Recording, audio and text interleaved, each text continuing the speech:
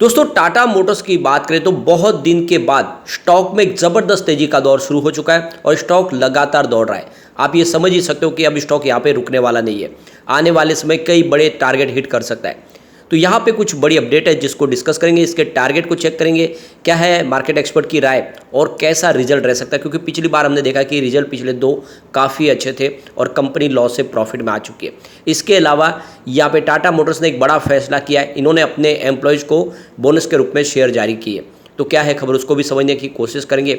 और क्या long term का नजरिया लेकर निवेश कर लेना चाहिए, क्या ये आने वाले समय मल्टीबैग रिटर्न दे सकता है। वैसे ये स्टॉक पहले ही बहुत ज़बरदस्त रिटर्न दे चुका है कोरोना काल में, तो क्या आगे फिर से वैसी संभावना बनेगी, जानने की कोशिश करेंगे इस वीडियो के माध्यम से।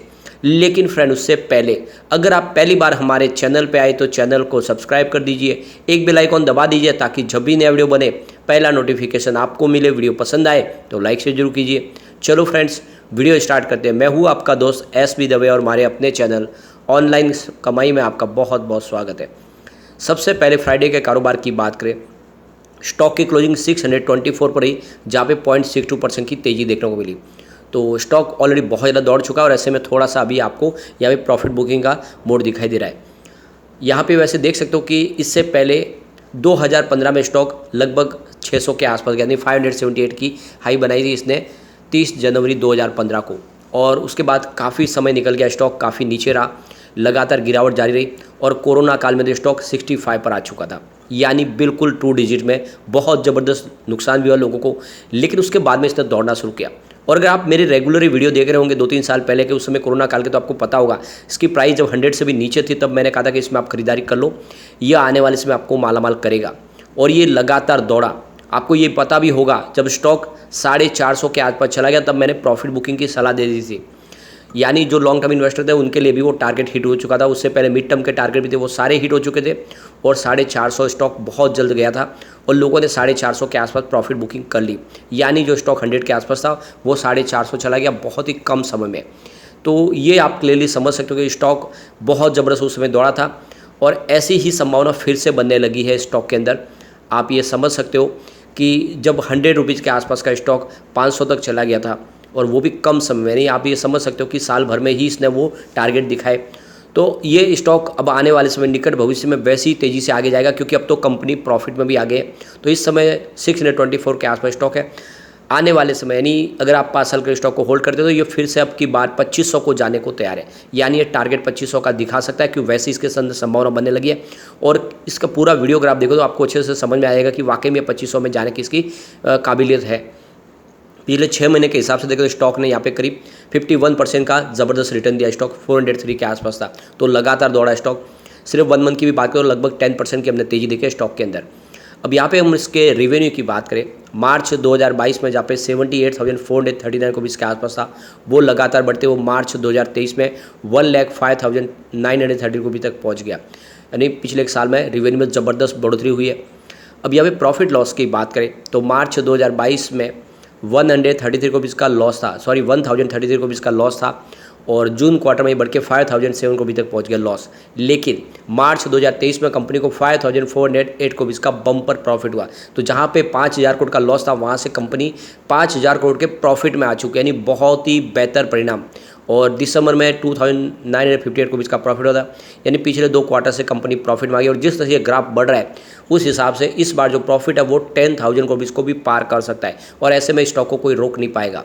यहाँ पे अगर हम पिछले 4-5 साल की भी बात करें तो आप देख सकते हो कि 2019 में कंपनी को 28,826 को भी इसका बहुत भारी लॉस था। फिर धीरे धीरे आप देखें तो लॉस बनी रही कंपनी, 2022 तक भी कंपनी को 11,441 को भी इसका लॉस था, लेकिन 2023 में कंपनी को 2,414 को भी इसका प्रॉफिट हो गया। तो जो कंपनी बहुत भारी लॉस में थी वो प्रॉफिट में आ चुकी है। ऐसे में स्टॉक को कोई रोकना चाहेगा तो भी रोक नहीं पाएगा ये। अब यहाँ पर जो बड़ी अपडेट निकल के आ रही है, टाटा मोटर्स ने अपने एम्प्लॉयज़ को देख सकते हो कि एम्प्लॉय स्कीम के तहत, यानी ESOP स्कीम के तहत शेयर जारी किए, जिनकी फेस वैल्यू 2 रुपीज़ है। तो ये देख सकते हो करीब 3,71,200 शेयर जारी किए बोनस के रूप में। ये एक तरह से उनकी काबिलियत के दम के ऊपर जो अपने उनको टारगेट है वो टारगेट जब वो अचीव कर लेते हैं उसके बाद में कंपनी की जो ESOP स्कीम होती है उसके तहत जो कंपनियां शेयर जारी करती है, एक तरह से ये बोनस के रूप में शेयर दिए गए। तो कंपनी ने ये बोनस शेयर इनको दिया है और ये इनका एक्स्ट्रा बेनिफिट है कंपनी की तरफ से दिया हुआ। अब यहाँ पे देख लो कि शेर खान ने इसका 720 का टारगेट दे दिया है। शेर खान के हिसाब से इस समय आपको खरीदारी करनी चाहिए। शेर खान का कहना है कि JLR का जो बिजनेस है उसमें देख लो कि Q1 के दौरान 29.9% की ईयर ऑन बेसिस पर ज़बरदस्त वॉल्यूम में जंप देखने को मिल रही है। कंपनी का जो फ्री कैश फ्लो है वो करीब 40 करोड़ पाउंड्स के आसपास रह सकता है और JLR की जो ऑर्डर बुक है वो भी बहुत मजबूत है, करीब 1.85 लाख यूनिट का इनकी ऑर्डर बुक है। और आप देख लो कि ये जो सिग्नल है ये बहुत ज़्यादा पॉजिटिव है।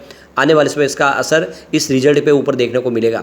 और ब्रोकरेज हाउस की तरफ से कहा है कि JLR के सबसे अधिक प्रॉफिट वाले मॉडल के लिए मांग मजबूत बनी हुई है और इसके ऑर्डर बुक में करीब 76% का हिस्सा रेंज रोवर स्पोर्ट और डिफेंडर का है। तो इस हिसाब से लग्जरी सेगमेंट में कंपनी का कामकाज बहुत तेज़ी से बढ़ रहा है और ऐसे में आने वाले से स्टॉक आराम से 720 का टारगेट दिखा सकता है और बाइक की रेटिंग दी गई है यहाँ पे ब्रोकरेज हाउस की तरफ से।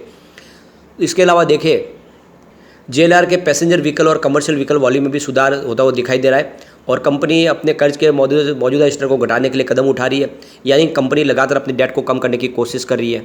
दूसरी तरफ मोतीलाल ओसवाल ने भी यहाँ पे बाइक की रेटिंग दी है। उनके हिसाब से यहाँ पे जो टारगेट है वो 700 का है। उनके हिसाब से सप्लाई साइड मजबूत हो चुकी है, जो चिप की जो प्रॉब्लम थी वो भी कम हुई है और ऐसे में प्रोडक्शन बढ़ रहा है। ये स्टॉक आराम से 700 को टच करने की संभावना बन रही है।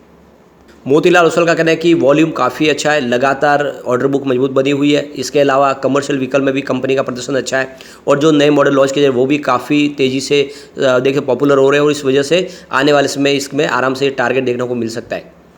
एक बड़ी अपडेट और निकल के आ रही है। टाटा मोटर्स ने जवाहर नवोदय विद्यालय के साथ में अभी देखें तो एक बिजनेस टाइप किया जिसके माध्यम से ऑटोमोटिव इंडस्ट्रीज़ के लिए नए स्टूडेंट तैयार किए जाएंगे और ये नेशनल एजुकेशन पॉलिसी 2020 के तहत यहाँ पे देख सकते हो कि बच्चों को तैयार किया जाएगा। ये आप देख सकते हो कि करीब 2500 स्टूडेंट को यहाँ पे एक तरह से इस कोर्स दिए जाएंगे जो ऑटोमोटिव इंडस्ट्रीज़ में ट्रेनिंग देके उनको तैयार किया जाएगा। तो यहाँ पे देख सकते हो कि ये जो 2022 में प्रोग्राम लॉन्च किया गया जिसमें देख सकते हो गुजरात, महाराष्ट्र, झारखंड, वेस्ट बंगाल, कर्नाटका, उत्तर प्रदेश से यहाँ पे 2500 स्टूडेंट को सिलेक्ट किया जाएगा और उनको ट्रेनिंग दी जाएगी। तो यहाँ पे देख सकते हो कि जो उनकी जो प्रॉपर CBSE के तहत जो एजुकेशन है उसके साथ में ये कोर्स ऑफर किया जाएगा और हर साल कम से कम 5000 स्टूडेंट को ये आप देखें तो ये ट्रेनिंग दी जाएगी जिससे आने वाले समय में वो ऑटोमोबाइल इंडस्ट्रीज़ में प्रोफेशनल बन के टाटा मोटर्स के लिए सेवाएं दे पाएंगे। तो ये काफ़ी शानदार फैसला है। इसके अलावा देखें तो टाटा मोटर्स ने एक बड़ा माइलस्टोन अचीवमेंट ऑन किया है। आप देख सकते हो कि वर्ल्ड की 16वीं सबसे बड़ी ऑटोमोबाइल कंपनी बन चुकी है। किया को उन्होंने पछाड़ दिया है, अब उनसे आगे सिर्फ हुंडई है और आप देख सकते हो कि लगातार तेज़ी से अपने बिजनेस को वो बढ़ा रही है और ये जो सिग्नल है ये सारे इशारा करिए कि आने वाले समय टाटा मोटर्स में तेज़ी का दौर शुरू होगा। मॉर्गन स्टैनली की तरफ से भी देखें तो इसका जो टारगेट है वो 711 के आसपास रखा गया है और उनके हिसाब से जिस तरह से बिजनेस तेज़ी से बढ़ रहा है, कंपनी के पास काफ़ी अच्छा फ्री फ्लो कैश, उस हिसाब से आने वाले समय कंपनी और शानदार काम कर सकती है और बिजनेस काफ़ी अच्छा लग रहा है। जो व्हीकल है वो तेज़ी से बिक रहे, ऑर्डर बुक मजबूत है। इस हिसाब से मॉर्गन स्टैनली ने भी यहाँ पे 711 का टारगेट दिया है।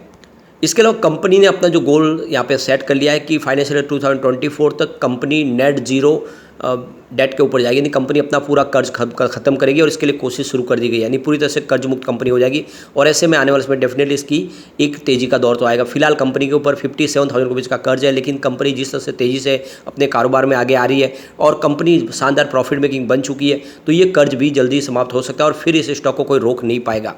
यहाँ पे अगर हम देखें तो इसका फंडामेंटल भी काफ़ी अच्छा है। मार्केट कैप 2,24,704 के आसपास है। करंट प्राइस की 625 की है। लो इसने 375 का बनाया था 52 वीक का और हाई 635 का।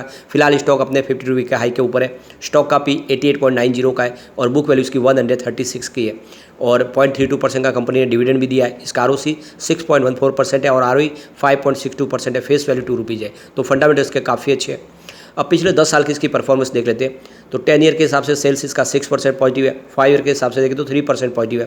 3 ईयर के हिसाब से इसका 10% पॉजिटिव और इस TTM 24% पॉजिटिव, यानी सेल्स लगातार कंपनी का बढ़ रहा है। प्रॉफिट ग्रोथ की बात करें तो 10 ईयर के हिसाब से -13% कंपनी को लॉस था, निगेटिव था और 5 ईयर के हिसाब से -20% था, लेकिन 3 ईयर के हिसाब से 31% प्रॉफिट ग्रोथ में उछाल और इस TTM 123% का उछाल। तो जिस तरह से ये बिजनेस तेज़ी से बढ़ रहा है वो दिन दूर नहीं जब इसका टारगेट 2500 का आ सकता है, यानी अगर आप 5 साल के लिए स्टॉक को होल्ड करते हैं तो ये 2500 का टारगेट आपको दिखा सकता है। बहुत ही बेहतर परिणाम है और जिस तरह से कोरोना काल में ये स्टॉक जो 65 के आसपास था वो 500 तक चला गया, तो उस हिसाब से फिर से आने वाले समय 600 का स्टॉक 2500 आराम से टारगेट दिखा सकता है।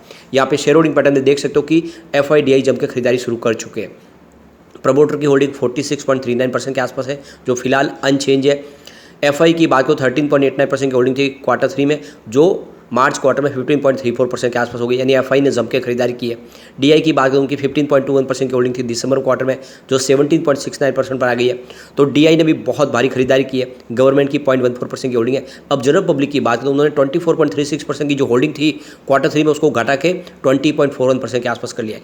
तो जनरल पब्लिक के जो शेयर थे वो सारे एफआई डीआई के पास जा रहे हैं, और ये इशारा है कि स्टॉक आने वाले समय बड़ा मल्टीबैगर बनेगा। तो लॉन्ग टर्म का नजरिया लेकर निवेश करिए, आने वाले समय आपको मालामाल कर देगा। लेकिन फ्रेंड, कोई भी इन्वेस्टमेंट करने से पहले अपने फाइनेंशियल एडवाइजर से बारे ले ले, या अपना खुद का रिसर्च करें, क्योंकि मैंने वीडियो आपके एजुकेशनल पर्पज़ के लिए ही बनाया। वीडियो पसंद आए तो लाइक से जरूर कीजिए और चैनल को सब्सक्राइब कर दीजिए। Thank you friend.